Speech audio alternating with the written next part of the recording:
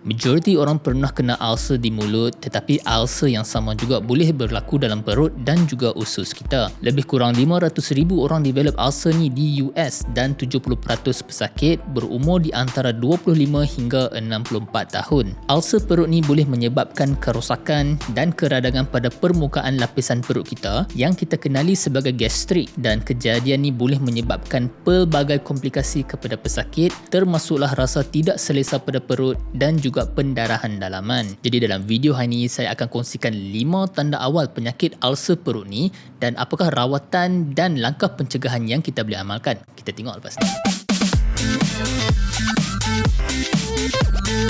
Assalamualaikum guys, what's cracking, back with another video. Saya yakin semua orang tahu bahawa asid dalam perut kita ni sangat kuat, tetapi pernah tak kita tanya kenapa asid dalam perut ni tidak merosakkan perut kita? Ni disebabkan oleh dalam keadaan yang normal, dinding perut kita ni dilindungi oleh satu lapisan mukosa. Tetapi dalam sesetengah kondisi, asid dalam perut ni boleh naik terlalu tinggi sehingga merosakkan lapisan mukosa kita ataupun berlakunya pengurangan mukosa untuk melindungi dinding perut kita. Terdapat beberapa punca utama yang boleh menyebabkan ulcer dalam perut kita ni terjadi. Yang pertama adalah jangkitan kuman Helicobacter pylori ataupun kita panggil H. pylori. Yang kedua adalah penggunaan ubat tahan sakit yang jenis NSAIDs. Yang ketiga adalah merokok, dan yang keempat adalah stress induced. Makanan pedas tidak terbukti boleh menyebabkan ulcer, tetapi dia boleh menyebabkan gejala-gejala ni makin teruk. Jadi gejala pertama yang kita nak tengok adalah senak perut. Senak atau sakit perut ni terjadi pada bahagian epigastrik ataupun ulu hati,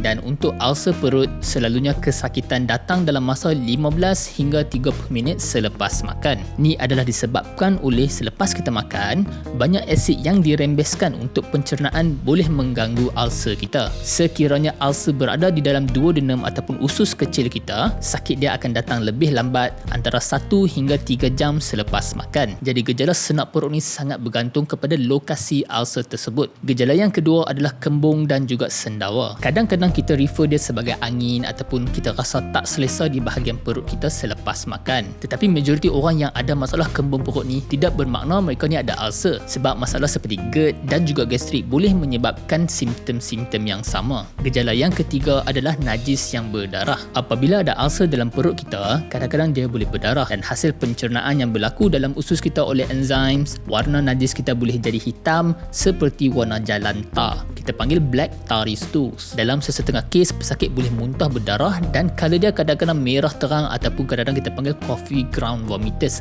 Color muntah ni dia macam coklat-coklat, macam biji kopi, dan bau dia memang tak payah katalah, bau muntah biasa pun bukan wangi sangat pun kan. Dan gejala yang keempat adalah keletihan. Keletihan ni selalunya dia berkaitan dengan kehilangan darah daripada ulcer perut kita, dan kondisi ni kita panggil anemia. Tanda-tanda lain anemia juga boleh berlaku seperti kelihatan pucat, rasa pening-pening dan juga nadi yang laju. Sekiranya pesakit kehilangan terlalu banyak darah, pesakit akan memerlukan emergency scope dan mungkin memerlukan transfusi darah di dalam hospital. Gejala yang kelima adalah penurunan berat badan yang tidak sengaja. Selalunya pengurangan berat badan ni adalah disebabkan oleh rasa takut untuk makan yang berkait rapat dengan kesakitan, sebab majoriti pesakit yang ada gastric ulcer ataupun ulcer dalam perut ni, dia akan rasa sangat sakit selepas dia makan. Apabila kita bercakap tentang rawatan ulcer perut ni, dia sangat-sangat bergantung kepada lokasi ulcer tersebut dan juga komplikasi yang pesakit dah hadapi. Sekiranya ia disebabkan oleh jangkitan kuman H. pylori, pesakit akan memerlukan rawatan seperti antibiotics untuk membunuh bakteria tersebut. Cara nak detect H. pylori ni ada beberapa cara, termasuklah ujian breath test, ujian najis atau kencing, dan juga biopsi menggunakan kamera untuk masuk ke dalam perut. Penghapusan bakteria H. pylori ni mengurangkan risiko ulcer kembali daripada 59%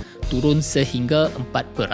Sekiranya ulcer ni disebabkan oleh penggunaan NSAIDs ataupun ubat tahan sakit, dan pesakit perlu melimitkan penggunaan ubat tahan sakit ni, dan kita akan cuba untuk mengawal punca kesakitan in the first place. Rawatan lain termasuklah lifestyle changes seperti mengurangkan merokok dan juga mengawal stres, kerana ia dapat membantu ulcer ni sembuh dengan lebih cepat. Terdapat juga ubat-ubat lain yang boleh membantu mengurangkan jumlah asid dalam perut kita, tetapi of course gold standard adalah untuk menggunakan scope ataupun kita panggil OGDS, iaitu memasukkan kamera ke dalam perut kita untuk kita lihat secara direct. Sebab kadang-kadang jangkitan H. pylori ni juga bukan sahaja boleh menyebabkan keradangan, tetapi ia juga boleh menyebabkan kanser perut. Dan sekiranya anda mengalami mana-mana gejala seperti yang saya sebutkan di atas, berjumpa dengan doktor untuk pemeriksaan lanjut. Dan masalah ulcer perut ni dia tak sama macam masalah GERD. Jadi kalau anda nak tahu dengan lebih lanjut masalah GERD, anda boleh klik link dekat atas ni. That's the video guys. Saya harap masuk konten seperti ini. Kalau hamba dapat apa-apa manfaat daripada video ni, jangan lupa like dan subscribe. Tinggalkan soalan hampa di ruang komen di bawah. Kita jumpa dalam video seterusnya.